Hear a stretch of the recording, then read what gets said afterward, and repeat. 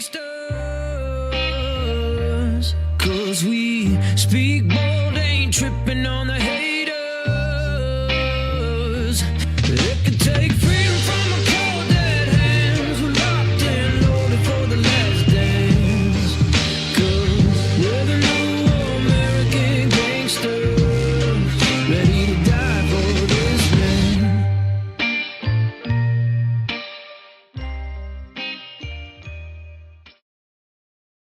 Are you tuned in now? Well, how you doing, Shelby? Good. How about yourself, Brian? I'm doing pretty darned good, I believe. Yeah. You ready for Thanksgiving? No. Well, you just had a quick trip, didn't you? I did. Yeah. Just got back from Washington, D.C. Yeah. Well, we're going to talk about that. We'll talk about that. We're sort of rearranging our show a little bit tonight. We'll talk about that in the second half of the show. Is that all right? And then we've got a special guest on tonight. Yes, we do. And she is absolutely, by far, my favorite senator in the state of Arizona. And that would be Senator Wendy Rogers. Right? Yeah, Steve, can you bring in Yeah. Senator Rogers?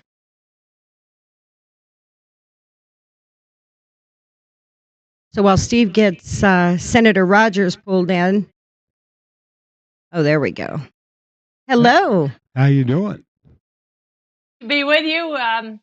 My faithful husband Hal is in the background, and we are visiting Denver, Colorado to see our daughter and family, 2 little cute grandsons we had for an overnight here at this Airbnb last night. That was a lot of fun. But yeah, we're following the news pretty closely and very dismayed with Captain Mark Kelly and the other 5. Yeah, you know what I find astounding is that he has the gall to go by Captain Mark Kelly, right? Which connotes that he still has some military authority or whatever you want to call it. But what's he doing? You want to comment on that? Yeah, he's a retired officer. Yeah. So he's still subject to the Uniform Code of Military Justice, the UCMJ. Right. The other 5 are not. They served varying far shorter lengths of time in the military. But as a retiree, as I am also subject to the UCMJ, as my husband Hal is also subject, you cannot be doing what he's been doing. And what's truly ironic is that he touts all, and I commented on X about this today, he touts all his prior service and how he performed in combat and so forth, and rose to the rank of captain, which is, of course, the next rank is general or admiral. So he, of all people, should know better. And he, of all people, should understand that all the attaboys that he's apparently racked up over the years are erased with one "aw shit." Sorry for the term, but that's just the terminology in the military. It's a truism, a maxim that Right. all the attaboys add up, and all it takes is one stupid error or careless disregard for authority to dash all of that. And he, of all people, should know that. Right, So- well, Senator Rogers, I don't know if everybody really knows what he's done. Do you want to kind of recap a little bit? Yes, so what they're coming after him for? He and 5 other legislators at the federal level, Congress and Senate, put out a video a few days ago, which essentially told members of the rank and file in the military on active duty, if you think that an order you've been given maybe isn't legal, you should take 2 steps back and question it. And it's this whole sort of CIA op, I think they are trying to pull on our service members. And why I say that is they start out laying the predicate, as it were. laying a foundation of doubt, of questioning, of the moral authority and the legality of what the Commander-in-Chief, President Trump, has directed them to do. And so they go through this kind of psyop. They in this video where they say, you should question something if you don't sense that it's right, and we're here for you, and we will back you up. And it's this kind of tribal vibe that is being telegraphed to the military. In other words, you should question. You should not just take verbatim what your lawful orders are, which of course they are lawful, and question authority. And so what this is really an insurrection, and people like the other U.S. Senator from Arizona, Ruben Gallego, they all claim, they all push back against this accusation on them, and they say we're just upholding the Constitution, and all we are doing is innocently reminding service members that they should follow the Constitution and not let themselves get into a situation where they're executing an unlawful order. Well, then these 6 individuals have been on various talk shows and have been asked by the full range, conservative, liberal talk show hosts, well, has President Trump issued any illegal orders? And the answer has been a resounding no. So what they've done is they have cast aspersions on the authority of the chain of command in our military, yet they can't affirm any concrete nugget of wrongdoing that has occurred. So what they do is cast doubt. And then one of them said today, oh, it's like the Nazis who took orders from Hitler and then were tried at Nuremberg. These comparisons are just outrageous. And then one of them said it was like the movie that Tom Cruise and Jack Nicholson were in, where those Marines, I forget the name of the movie, but everyone knows about it. What? Few Good Men. A Few Good Men. Thank you, dear. And that movie where the storyline is that these young Marines took orders that were wrong and went about them. My point is, never in history has this really happened, at least recently in recent history, where legislators from the legislative branch have countermanded the authority of the executive branch, the commander-in-chief. And when they say, we have your back, service members, no, they don't. They have absolutely no authority, not that they would exercise it anyway, to back up service members. Where were they when the COVID shot was mandated, which was an illegal order, in my opinion, and people who refused to take it were sent out of the military under inauspicious circumstances. So you have a real double standard here. What else is new? Now, today's development was the Secretary of War, Pete Hegseth, has now said that Captain Mark Kelly, Senator Mark Kelly, will be looked at and possibly brought back onto active duty to then possibly be court-martialed. And this is pretty unprecedented, but we are in unprecedented times. I applaud Pete Hegseth for doing this. And if you ask, well, what might become of the other 5? They are subject to the DOJ, and they collectively could be investigated by the U.S. Attorney of Washington, D.C., or the U.S. Attorney for where they are from. And so this has to be done. This cannot stand.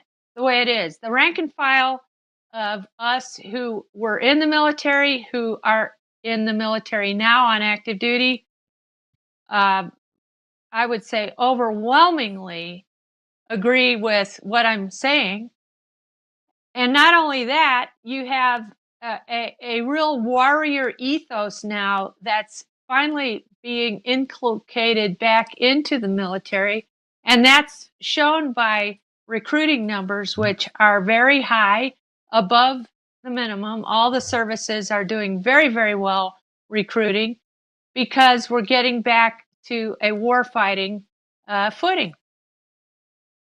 Yeah. Well, I think really ultimately what this comes down to is two things. They're very actively, they've been very actively pushing that Donald Trump and MAGA, we are nothing but fascist Nazis, right?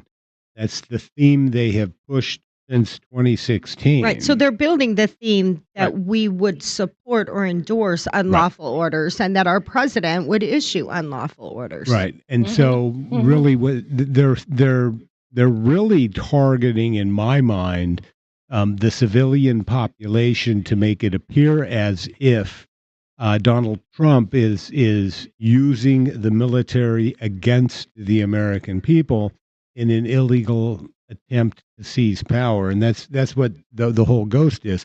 They want, what makes Senator Mark Kelly's statement so blasphemous in my mind is that Senator Mark Kelly, I doubt really cares about the E3, right? Who doesn't have a high education, who might be he might be on the left and he might think Senator Mark Kelly is all good and things, and so he might listen to Senator Mark Kelly and say, oh yeah, well, I disagree with this order, it must be unlawful. And then what's going to happen to that E3 is if he fails to follow an order, he's going to be prosecuted under the UCMJ. It will destroy his career. If he has a family, it will destroy his family. If I should say he, she, because it's both genders now, and so it will completely wreak havoc on individual service members' lives. And there is not a single thing, nothing, Congress can or will do about it.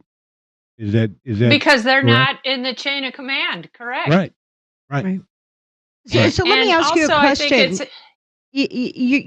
You're a military officer, and you've had subordinates underneath you and a chain of command. How dangerous is it to even propose the concept that low-ranking military should stop and question whether or not they should follow orders? I mean, if we were on the battlefield, for instance, if we were to go into war or there was something big happening, I mean, what is the danger in that? What are they possibly creating for these people? they're creating chaos on purpose. Yeah, And a also, it's dysfunctional a military. fundamental, right, and it's a fundamental tenet of the military that you follow the chain of command and that you Mhm. follow orders and that you suborn your self to the greater good of the mission and the country.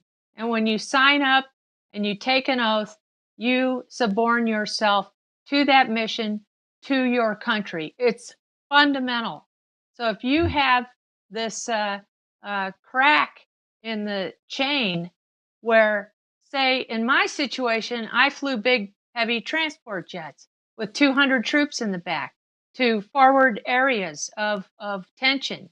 And so if all of a sudden my flight engineer or my loadmaster said, I don't agree with this and I'm going to sit this out, that breaks everything. You Mhm. cannot have that. And so what you're looking at is an overarching undermining of our fundamental system of the military. And Brian, I think you're right. They're speaking to an uneducated a civilian population that may not know the difference between a legal order and an illegal order. And so it insults people who are in the military to talk down to us that way, because we're trained since we come in on day one as to what is expected, what is legal, and what is not. And it's common sense for the most part.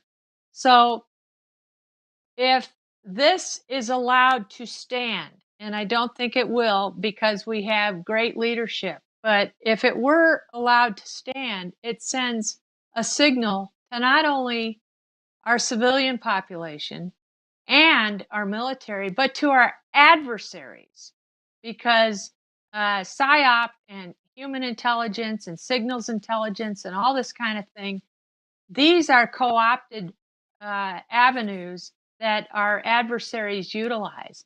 And this just brought to mind, I mean, you've seen TV shows over the years where World War II veterans would be listening to Nazi female voices over the shortwave radio, trying to get into their heads and get them to give in or give up. I mean, these are old techniques, okay? And this Senator Slotkin from Michigan, who did most of the narrating, at least at the beginning of the video, she's a CIA agent.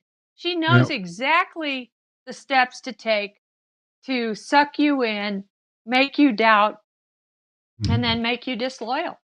Well, Wendy, we have the video, but I just want to put this into sort of context, because this is something that's been going on for a very long time, and I have been preaching for a very long time that it's actually the Central Intelligence Agency that tried to overthrow President Donald Trump, or that did with the 2020 election, when they failed with their multiple efforts at impeachment and other methods of removal. Well, and they worked the first term of his administration to completely sabotage him. Yeah, 100%.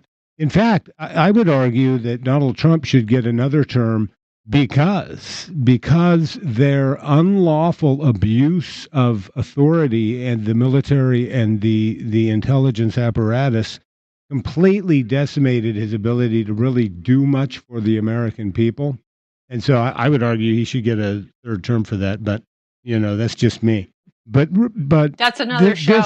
This harkens back to, and I really am loath to call him General Miley, right? When General Miley, Millie, Miley, whichever it is, right, Miley Cyrus. There we go. And so I'm when always Millie correcting Brian. Poor Brian. reached out to the Chinese and to other enemies of the U.S. state and said that he has taken military power from Donald Trump and they don't have to worry about Donald Trump attacking their nations. That was, correct me if I'm wrong, a military coup d'etat that they seek to continue now with these efforts to undermine Donald Trump as the leader of the United States Armed Forces. Would you agree with that assessment? Well, right, because I do, and they're not winning at the courts, even though the courts are corrupt. The Supreme Court is upholding practically everything that the president's been trying to do, and so they're not. That angle of attack has not come to fruition. And so now they're trying to scare, as you say, the U.S. civilian population by casting doubt on the authority of the military. And so, and we all know that these forces off the coast of Venezuela are more than just about the drug trade. We know that it's really to clean out Russia, China, and Iran from our backyard. And we also surmise that it's about stolen elections. So we have a multi-purpose reasoning for why we have what is it? A quarter of the U.S. Navy Rogue off CIA. Sorry, off I the didn't mean coast to interrupt. of I had a cough there in my Venezuela. throat. Yeah. Yeah. Yeah. So And- it's interesting that that they're taking this approach, but really what they want to do is they want to fragment the military, Mhm. right? 100%. Just they want the military to reflect what they've done with society as a whole as they progressed us through COVID, and that is the complete fragmentation of society, right? And they're trying to do the exact same thing with the military, which would destroy cohesion and operational readiness, and we would be ripe. A lot of people have talked about. I think we've talked about how many millions and millions of young military-age men were allowed into the United States under Joe Biden, Right. and whether or not these young men constitute a rapid reaction force under the authority of the United Nations. And so that's something Yeah. else that needs to be considered. So Right. yeah, I So- think they just weren't ready for the phalanx of all these good cabinet secretaries, of Trump having thought through all of this over the past 4 years, and how he's an unyielding protector of our country. And the amount of work that he gets done every day. I mean, now he's tasked tens of thousands of scientists and engineers to help us prevail with the AI efforts to make our country predominant in AI. The way he has labeled these various factions of the Muslim Brotherhood as international terrorist organizations. Every day, he is accomplishing so many things that help protect this nation. Not to mention, as I said, all of these forces which are being deployed to key choke points. And it's amazing what he's doing. And they hate it. and also to point out, recently, the first convictions for terrorism charges against American citizens, I think in history, with a number of members of Antifa involved in the ICE shootings that were recently convicted.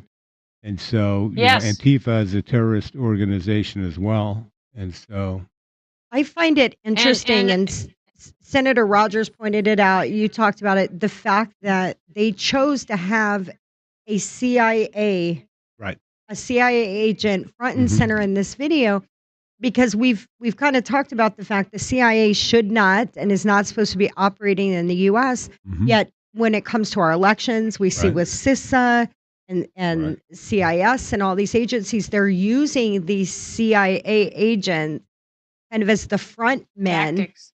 to bring credibility to whatever they're pushing out. And it's just interesting that tactic is working, because I think 10 years ago, having a CIA agent front and center would cause you to lose credibility versus complement your PSYOP. But that's what they're doing, and it seems to be working for them. Well, I think 20 years ago, Congress would have slapped the Central Intelligence Agency across the face for having anything to do with that domestic political messaging. And so, the fact that she's former CIA should have never even been advertised.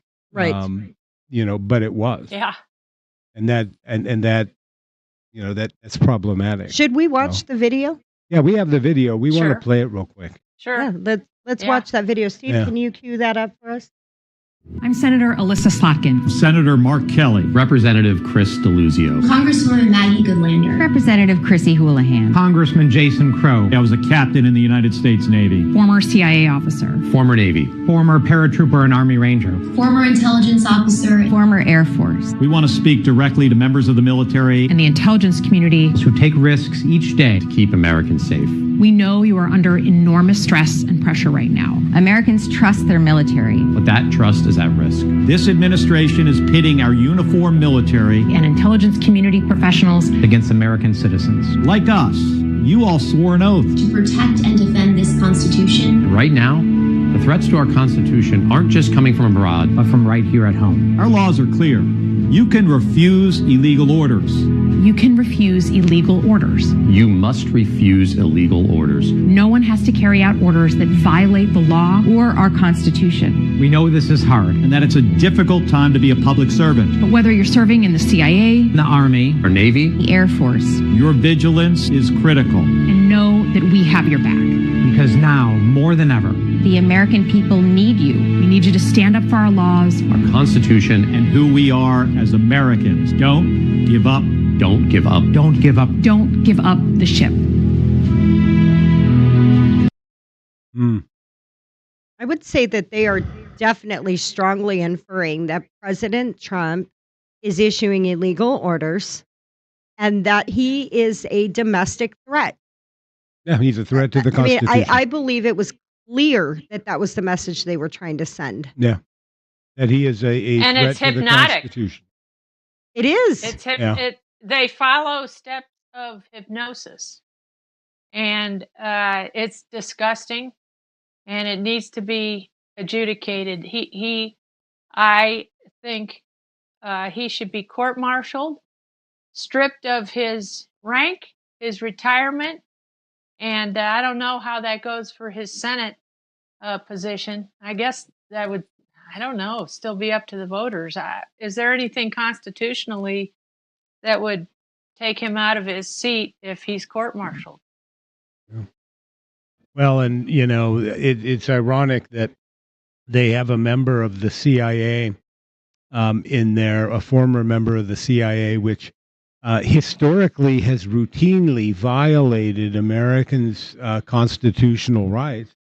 And many people believe was responsibility actually for the assassination of an overwhelmingly popular president in U.S. history. So the Central Intelligence Agency, I think needs to be completely dissolved. I think all of their black book bank accounts need to be seized and returned to the American people. And then we can reconstitute some form of intelligence agency to replace them. But they are overwhelmingly very highly politicized. They have been for a very long time. And they don't care about the Constitution, in my mind, because, they become of this belief that we have to defend. And this is sort of what this whole coup against the courts was that was led by Susan Spalding, a former CIA officer that you were alluding to, Shelby, is that we have to defend the facade of American democracy, right? And that's what we have now, this facade, that we have elections, right? They're a facade, right? And so they want to defend the face on the building rather than the structure of the building itself. And that's what the problem is that for them, life is nothing but a facade. And Well, it's power.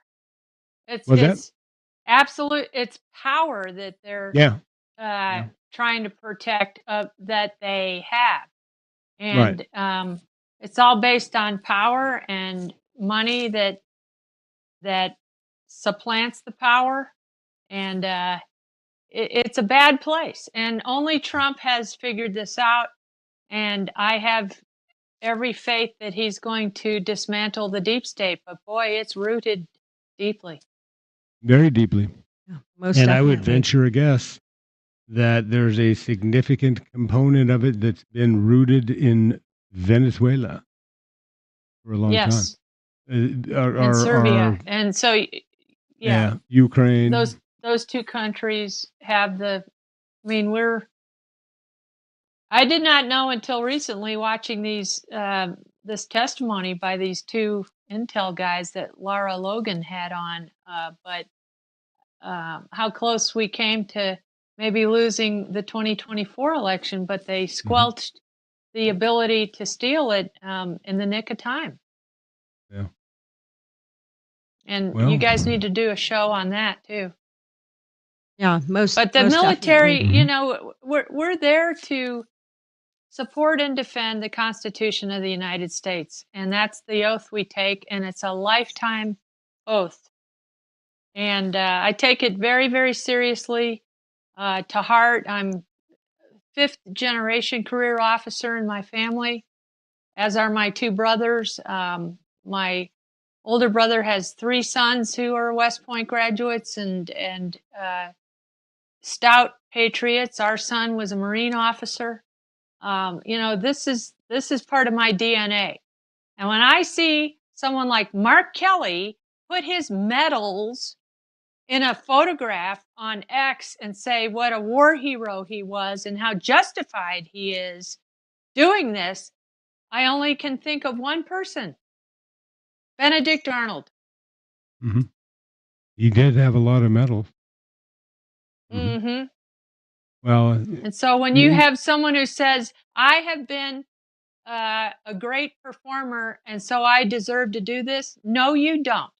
You, of all people, should know better. well, I tell you But what, you've sold out. I'm gonna throw out another name there, of somebody that was very heavily decorated, but who nonetheless put himself and what he wanted to do, above the Constitution of the United States, in violating presidential orders, and that would be Oliver North, right? Oliver North. Lied to Congress. Yeah, he not only lied to Congress, but he undermined both Congress and the President of the United States when he was, involved in the running of guns to, nations that we weren't supposed to be running guns to. Right.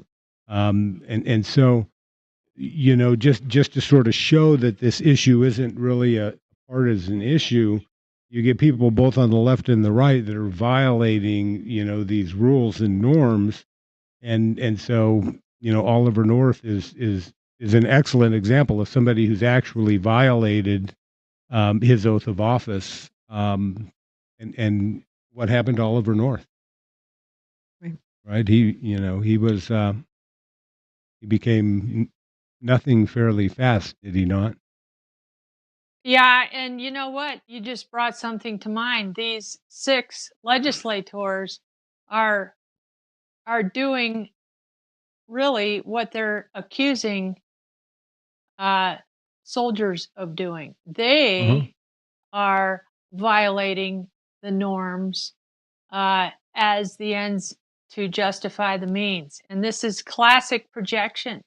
This is classic what Democrats are doing, where they point the finger at someone else, but it's what they have been doing. And Yeah. it goes from insider trading to horrible sexual behavior, to selling out to the enemy. And it is they who are doing these things and then accusing others of it. Well, and, I didn't want to mention this, but I think I'm going to. What I think another part of what they're trying to do is I think they're trying to invite lawfare into the military, right? Because Uh-huh. there's a process in the channel by which, if you believe an order is unconstitutional or in some way illegal, to move that up the chain of command, correct, into some form of a judicial remedy. And so, because most of our remedies are some form of judicial remedy, whether it be the military under the UCMJ, Uniform Code of Military Justice, for those of you that don't know, or whether it be in civil lawsuit. And so I think a lot of this is intended to begin generating lawfare, within our military organizations, to drag our military to sort of a stagnant halt, right? Like they're trying to And drag. also to chill Yeah, uh, rules of engagement. right, If right, you're afraid of getting sued or whatever, then you're going to soften your tactics. right. And but you know what? I just don't think leadership will buy it. I don't think it will chill generals and higher ranking officers in the orders that they give, because those orders will emanate from leadership, from the White House ultimately. And they know that Trump will have their backs. Trump talks about how he would go in his first term and try to get rid of ISIS, and how he was told it would take years. And then when he went abroad and talked to General Raisin Kane and these others, who said, no, we can do it in 3 weeks. We just need the go ahead. We need your backing. We know how to do it. Mhm. And then he gave it to them. That's very comforting. That's very empowering. And then another story he tells is how he got this call in the middle of the night, and this high-ranking officer said, should I do this? And the president said, you've been trained. You have a great reputation. I'm not going to tell you how to run your operation. Just operate, Right. essentially. And I remember when I was deployed, I worked for an Army full colonel, and I was an Air Force lieutenant colonel, and I essentially ran the Bosnian airlift in '94. I was deployed for 6 months out of a NATO base in Naples, Italy. And I remember how the Army colonel, who David Hunt, he actually was a guest host on Fox News for many years, and was a great officer, the best officer I ever worked for. And he would tell me, Colonel, you just need to operate. Just go operate. You're the Air Force. You're my J3. Just do it. And that's the way it should be, because you're credentialed, you're experienced, you've been vested with the authority to make decisions, and you need to just go operate. That's the way it should be. And I think the number one thing that Donald Trump could do to ensure that military leadership, isn't stepping outside the box, is to recall General Miley, or is it Milley? Millie. Millie. It is. It's like your AG Really? out there. What is her name? I can't remember. But anyway, General Milley, recall General Milley and court-martial him for his attempted seizure of power against President Donald Trump in January of 2020.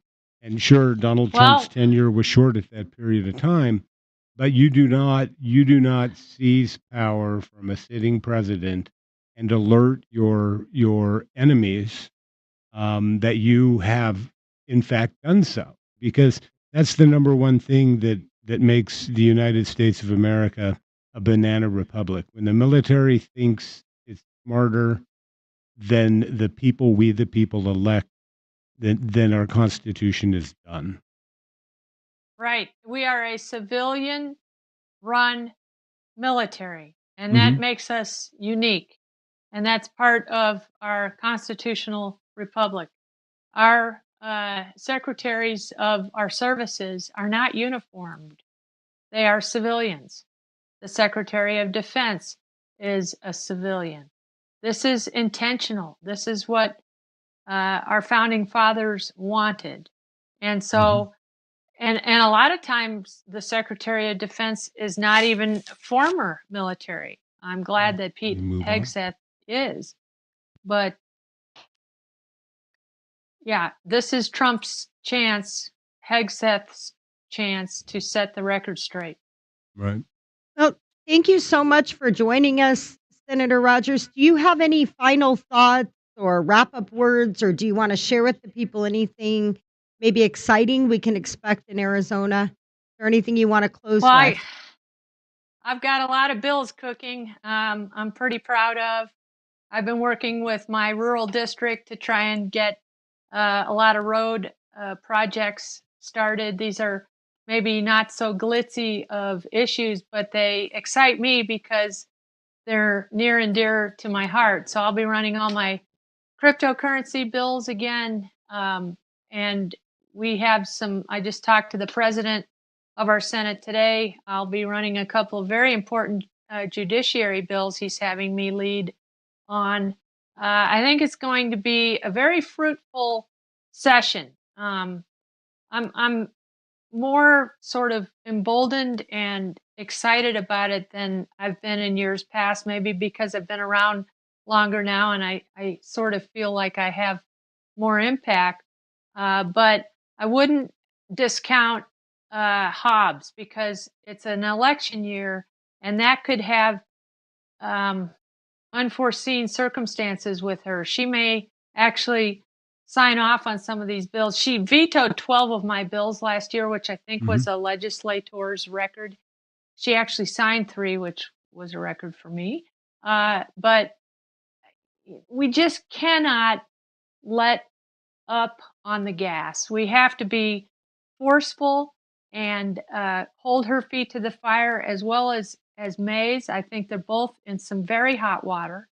It will be interesting to see if the House starts any kind of impeachment proceedings. I mean, we'll see. But in the meantime, I have probably 5 different subject areas that I'll be pressing very hard with. Well, good, and we'll be looking forward to seeing what that legislation looks like. But before we wrap up, I want to say, Hal and Wendy, is he paying attention back there? Hal, I want to say, he said, "Are you paying attention? Get up here. wake up, Hal! Come on, man! You're supposed to be paying attention." Well, He wants you in the supposed to be listening picture. to your wife. I want to say, yeah, come on up here to the camera. He I want to can't say hear thank 'cause you I'm on a little both. headset. Thank you both for your service. Thank you very much. Yeah.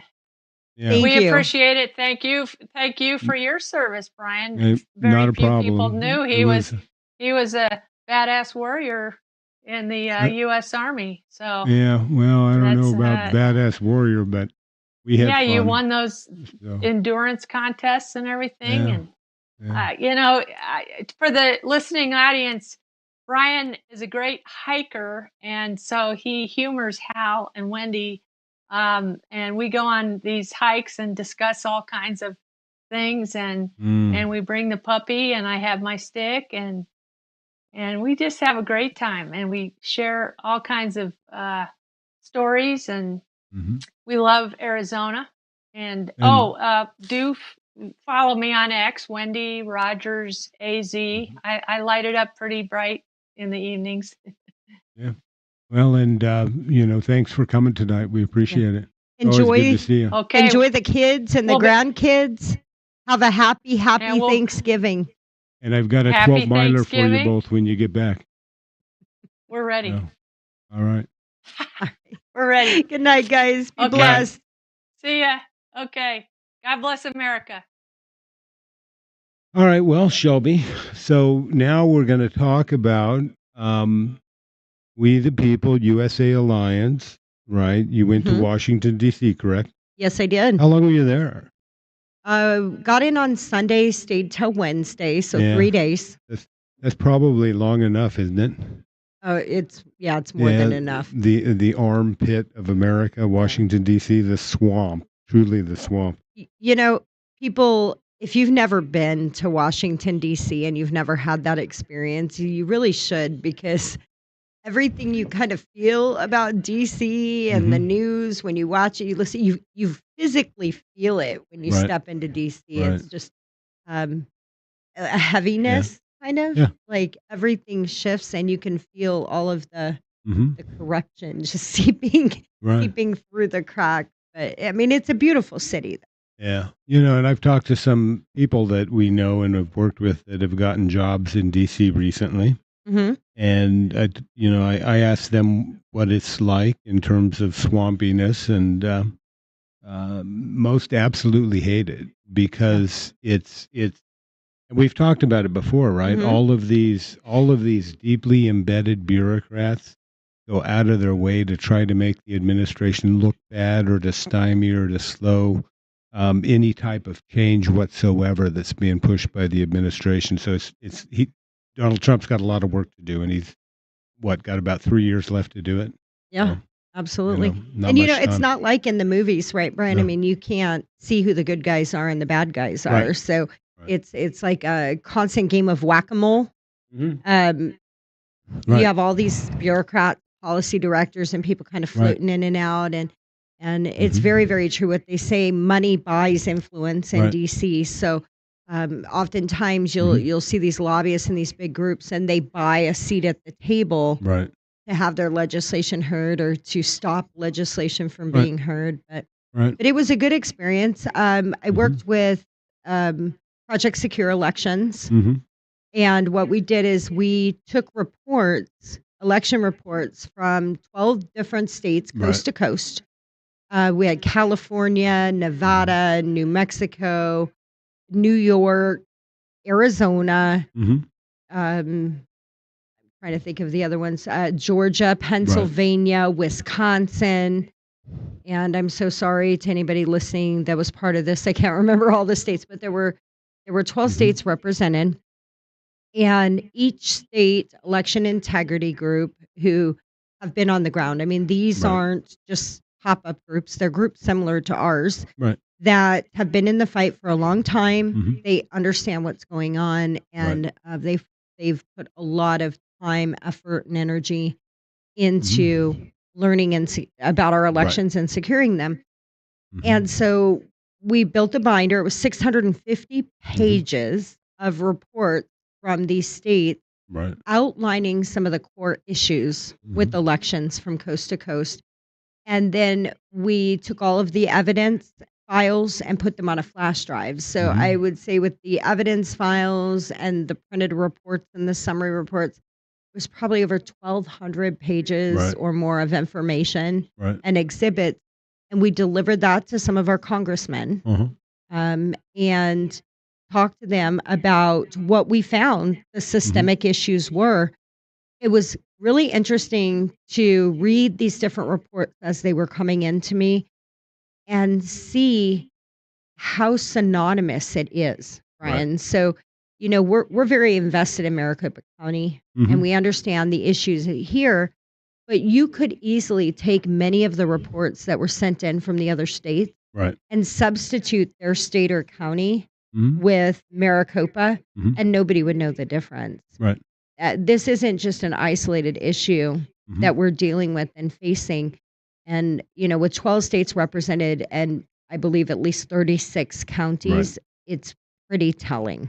Well, and I would assume that a lot of that there is a lot of commonality and overlap, especially in the area of voter registration, right?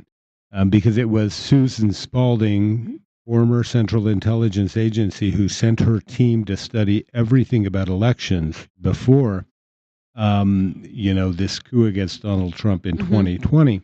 And what we saw in 2020 was a huge ramp up in third-party voter registrations being pumped into the system, and this was happening in multiple places, and so most of these ballots were then sent by mail, and so this is a huge part of the problem. If people are electronically uploading voter registration information, do they have to upload a form with a signature or anything like that? No, it's all digital. All digital, And right? oftentimes, 99.9% of the time, the signatures for these registrations are just extracted from the motor vehicle department. Which is one of those electronic simple pin pad signatures, right? That's right. Right. That's right. Yeah. I'm going to ask everybody to put their tinfoil hat on with me and go on a journey.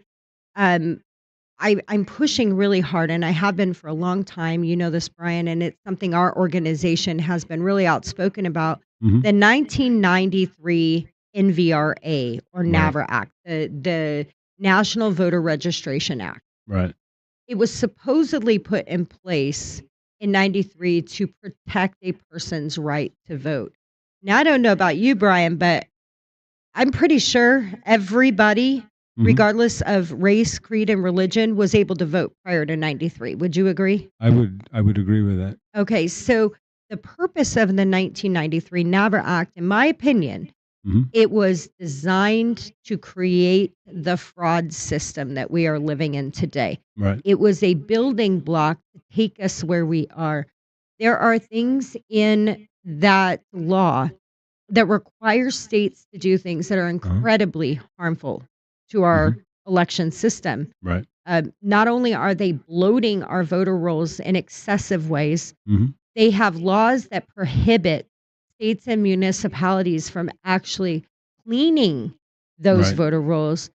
And the systems they are currently using are actually disenfranchising voters. They're Mhm. changing, manipulating, altering Right. people's voter registration. Right. Well, and another component, now correct me if I'm wrong, another component of that is that they specifically wrote into the law that the public cannot know which groups are registering which voters. Is that correct? That's correct. So it requires that the states track the source of the Uh-huh. registration. So, say the source is a nonprofit or Mhm. the source is the motor vehicle department, right? Right. Whatever that source is, they're required by law to track it, but Mhm. they are prohibited by law Right. to release it.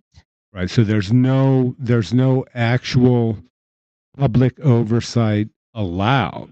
They Right. specifically chose to disallow public oversight, especially over these third party organizations, right? And we know that the gentleman who's the vice mayor of Tempe, No, it was it Tempe? I think it was Mesa. Mesa, Yeah, it was you know, Mesa. I don't know, whatever community you got floating around down here. Yeah, in they're the all the same. suburb of Mesa Right. or suburb of Phoenix.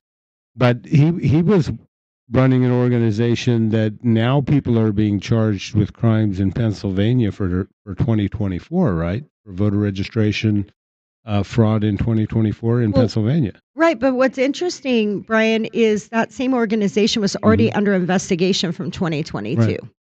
So we know these issues are happening, yet Uh-huh. we're doing nothing to stop it. Right. And a lot of it is the prohibition of law. Uh-huh. As a legislator, as a prosecutor, Mm-hmm. they've built it in such a way where if I say we're not going to process your voter registrations because you have a track history of giving me Right. fraudulent registrations, then the next thing is going to be you're trying to disenfranchise voters. Right. You're violating the 14th Amendment. You're violating people's civil rights. Right. So it's a system designed to Right. protect itself. Let me ask you this question.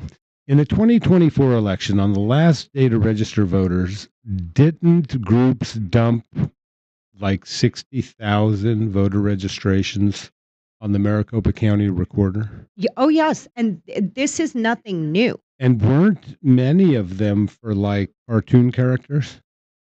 There were a lot of suspicious ones, right? Right. Suspect ones. Mhm. And we saw this in these 12 states and 34, 36 Right. counties.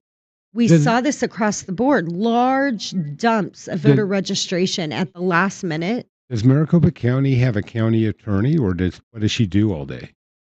Well, I can't really speak Yeah. for, what they're doing. Right. But what I can tell you is our org, you remember this, we put in a public records request Mhm. and we asked for a list of all voter registration related referrals for prosecution. Right.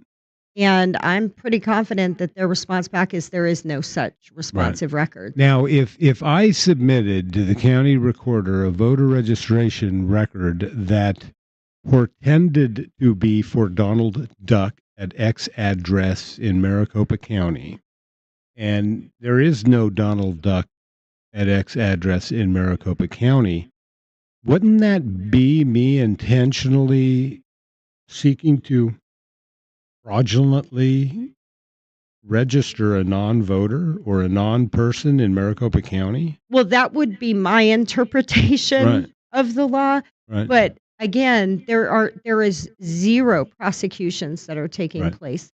We had people report to us, and Uh-huh. we've interviewed people. You were part of those Right. interviews where people were working in the voter registration department, especially when they get overtaxed. They'll pull Right. some of those temp employees. Like in 2022, they pulled the signature verification team, some Right. of them, and had them processing registration Mhm. before elections opened up.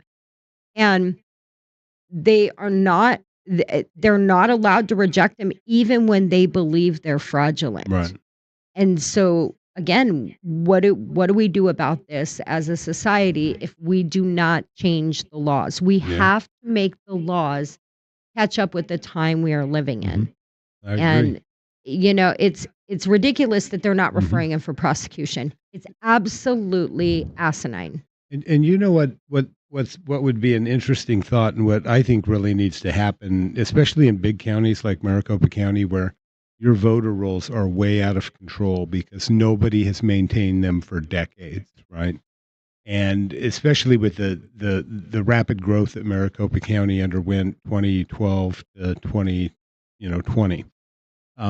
Just like what the Trump administration is doing with the SNAP program, Mhm. right?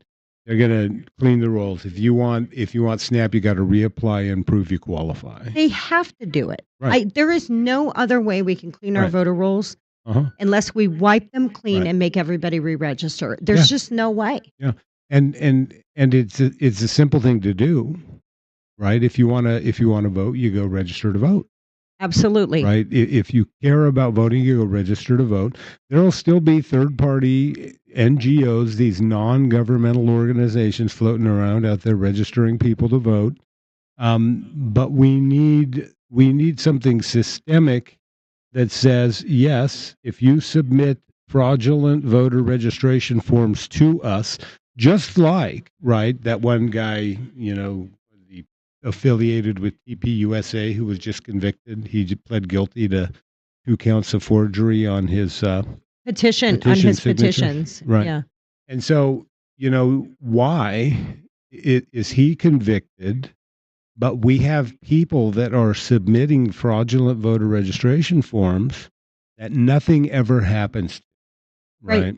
Well, the thing is they want to claim that it's a constitutional right violation, right? So if we purge the voter rolls and John Doe doesn't do his duty and register to vote again, Right. and he goes to vote, they say, well, that's denying him his constitutional right.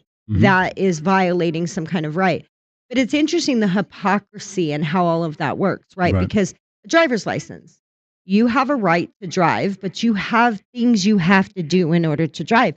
Right. Nobody is saying you can't drive, Right. but you have to go and update your photo, right? Yeah. You have to follow traffic laws. Just because there are legitimate parameters put in place Mhm. for how to vote, Right. how is that violating anybody's rights? No, it's not. Follow the law. Right. Just we go back to the simple core basics of just follow the law. Right. Yeah. And I want to say that, for those people out there watching, these organizations that all sort of collectively came together and submitted a sort of a unified, if you want, report to members of Congress. Did it also go to people in the DOJ, Department of Justice? Yes. Okay. Yes. We have copies for Yeah. the Department of Justice, for Right. Congress, Right. and we're still going to be delivering. Mm-hmm. And we've also gotten another state added into our collection. Good. So, So most of these organizations, folks, like We the People USA Alliance, have been doing this. They have been spending their blood, sweat, and tears for years, right? I Absolutely. mean, since at least 2020 and many before, right. in trying to ensure election integrity. Now, I want to say that We the People USA Alliance is a 501c3 as recognized by the United States Internal Revenue Service, and that we do accept contributions because the work we do is costly, is very time consuming.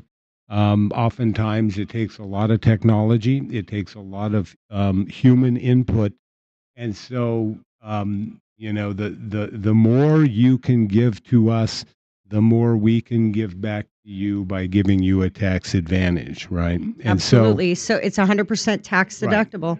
And so we're not a partisan organization. We do this because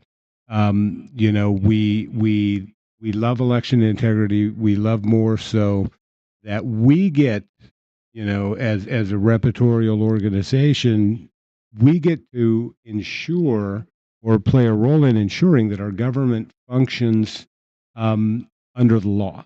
It functions Right. as it is supposed to do. And if you don't like the way it's supposed to function, then you can go out and change the law, right? Well, and that's part of the problem, and I'm kind of digressing, but I think it's a good time to talk about this. One of the other things that we're seeing as citizens is over the last 10 years, our government agencies, now that people are waking up, now that Mhm. you all at home are awake, and we're asking questions and we're wanting to hold our government accountable, they are finding every way they can to Mhm. stifle that. They're Right. denying public records, they're Oh, redacting 100%. public records. Yep. So, what was a public record 8, 10 years ago? Right. No longer a public record, right? Our government has become more corrupt, uh, more of a black box, and less transparent. So, Mhm. we need people in the fight. Right. And that's what we're here to do. We're here to bring transparency as a repertorial Mhm. agency, as a 501c3. It's not about Republican and Democrat. It is about holding our elected accountable. And unfortunately, when we focus a lot on Maricopa County, seems to be more Republicans than Democrats. Right. And so this isn't about political partisan anything. This is about a government that the citizens can trust. And it doesn't Right. matter if you're Democrat or Republican, you should want that, right, Brian? Oh, 100%. Because, you can't trust government. That's why the founding fathers, created a constitution, Right. right? And a method and means by which to recall or to pull Right. these people out of office Right. and hold them accountable, right? Right. And so, you all need to make sure that your attorney general is held accountable as well, because she's basically turned her office over to States United and God, what's that guy's name? Norm Eisen. Norm Eisen, right? Well, and she's not doing a very good job of vetting her staff either, is she? I mean, she's had a obviously few not, right? she's had a few recent arrests, and we can't say that Chris Mays committed any crimes. Right. But come on, you're Right. the attorney general, and Right. and you can't do better than that. Yeah. It's a little concerning, right? Yeah, in all fairness, we don't know if Chris Mays hired the young woman who received a package in the mail. But this brings up vote by mail, right? Mhm. This implicates vote by mail, 100%. Here we have an assistant attorney general, right? The highest law enforcement agency in Arizona government Right. allegedly receive a package in the mail full of jewelry, Mhm. right? Full of jewelry. This assistant AG then allegedly opened that box of jewelry and thought, whoa, Christmas has come early, right? Right. It's my understanding that the Postal Service then tracked this misdelivery to her address and repeatedly reached out to this assistant attorney general, who ignored their calls until someone paid a visit to her home, allegedly.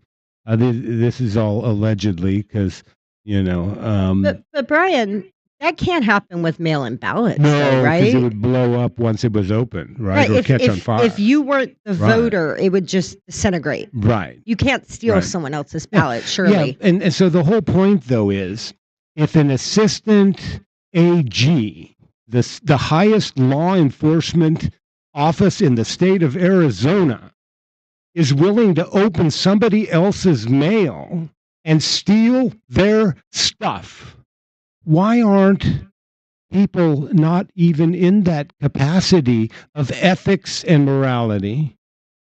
What's to stop them from opening other people's ballots, voting them, signing it, and sending it in? Nothing at all.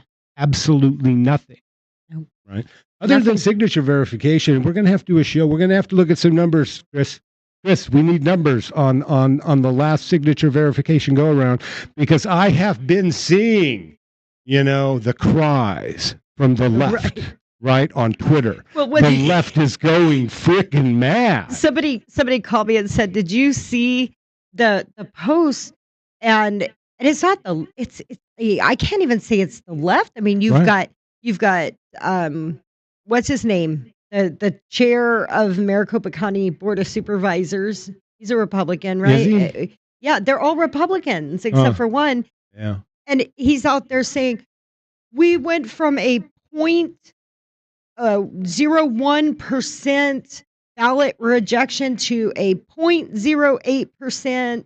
And they're like, can you believe how much the increase was? It's still not enough. No. 0.08% were rejected. Yeah. Hooray to Recorder Heap. I will say thank you for recognizing the issues and working towards identifying it. But would you say 0.08% of ballot rejections is even enough?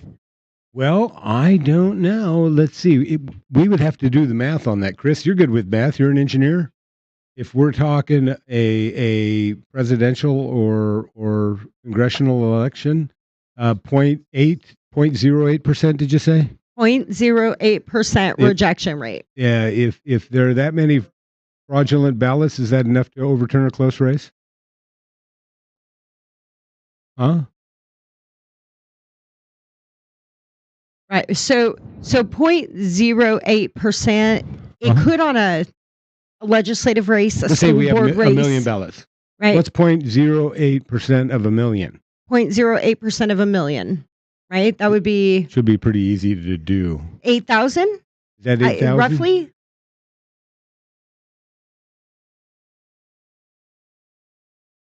It's either 800 or 8,000. I don't know. I know that's a big difference. Sorry, people. I'm usually better at math. Been a long time since I read my Math for Dummies book.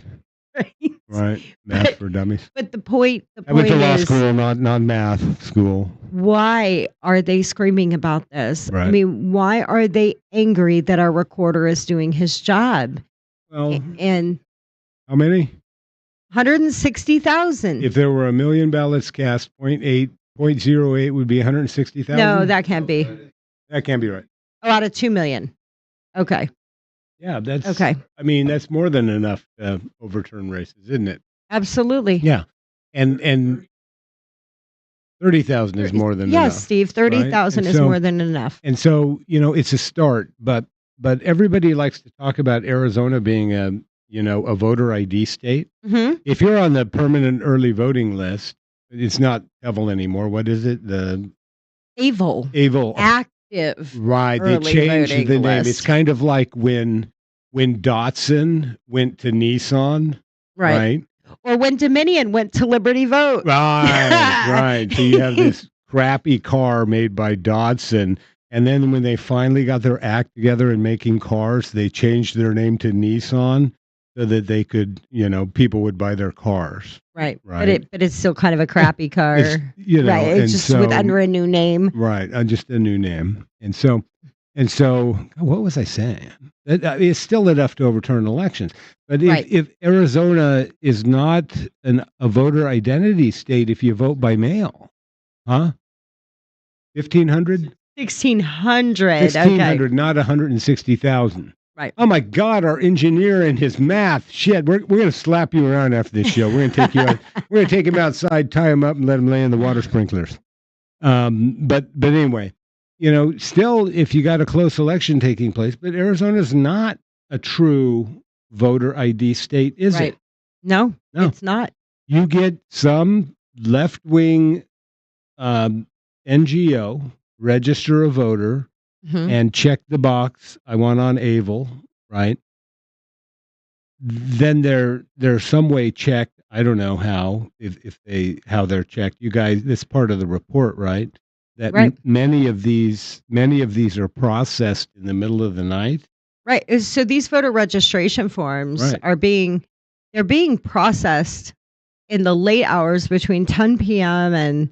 and 6 a.m. Right. They're being processed on Christmas. Right. So New Year's. I mean, they're saying that they're being manually reviewed, but if somebody registers to vote at 11 p.m. on Christmas Eve and their registration processes at 3 p.m. on Christmas Day, who's manually reviewing that? Because I want to meet that guy. Right. Like, I truly want to meet that guy that's sitting up Christmas Eve after an election, trying to get somebody registered to vote. Because, I mean, I don't know, would they be a hero or something? I'm not sure. And so, but once you're on that mail ballot list, that mail ballot goes out, That's it. and third-party organizations can change your address on you, can't they? Absolutely. Yeah, and if they're not, They can change your Yeah. party affiliation can get changed. Your address can get changed. Mhm. We've seen voter registrations processed that aren't even signed by the voter. So maybe it's a registration for you, Mhm. but my signature is on there. Right, And they're Well- being processed. So who's reviewing that? right. Well, what do you think about that legislation being advanced by my favorite member of the Arizona House of Representatives, Alex Cullinan, that would require, prior to every election, the recorder to send out a postcard to the registered voter saying, "Are you still registered at this address?" What do you think about that? Well, look, it's already law that they have to do that. And then they're put on an inactive list. Mhm. But what Representative Cullinan is proposing is that we do it more frequently. Right, And when we do it, there's consequences right, when something changes. And that's the difference. right. So, we have these laws that theoretically should work, Right, but they're not being enforced. right. And I love that it's mandated Mhm. before every election. It Right. has to be done. Well, So did- it's definitely a step in the right direction. Yeah. Do you see any reason Justin Heap couldn't do that prior to the 2026 election? Not Send at all. people a postcard saying, "I just want to confirm you live at this address. If you don't confirm, we won't send you a ballot to this address."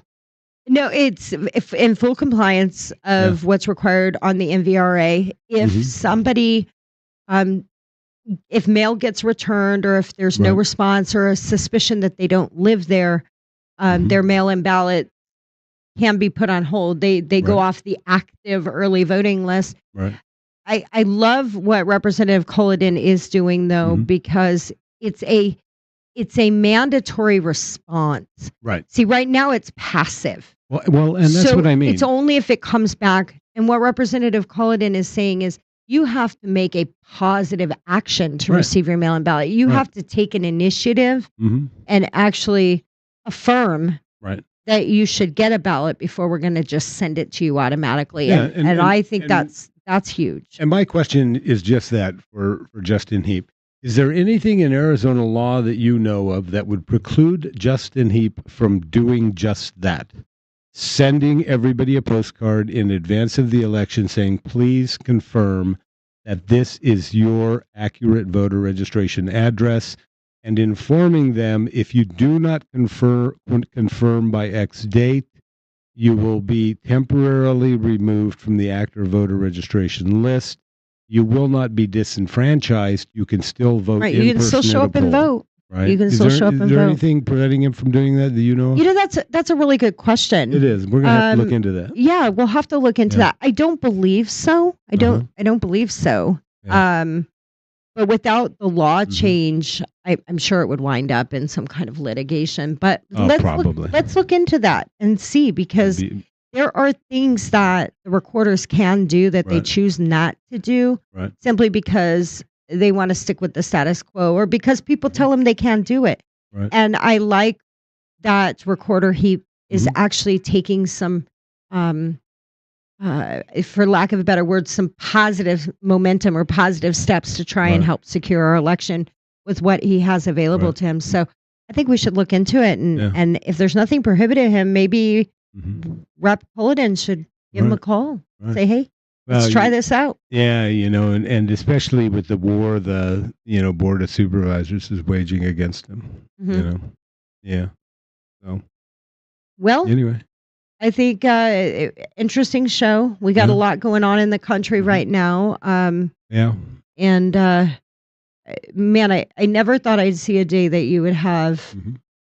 sitting legislators doing, instead of worrying about securing our elections, protecting the American people and lowering gas Right. prices, maybe helping with housing, Maybe passing a budget. right? No, they want to tell our military to defy the commander in chief. Right. And, it was bad Mhm. enough, Brian, back in 2020 when we were looking at those videos and we were watching these government officials tell people how to screw up as bureaucrats. Right. And now we're going to teach the same tactics to our military. Or Right. that's scary. That's very scary, especially when we're talking about national security and Mark Kelly. If any service member dies because somebody listened to you, right, in your efforts to act like you're some tough guy, commander in chief, run for president of the United States of America if you want to be commander in chief. But if a service member is harmed because other service members are standing down and not following direct orders, then that harm is on you, 100% on you, and you should have it tattooed on your head. And that's all I have to say. Well, I think on that note, have a good night, Yeah. everyone. Peace.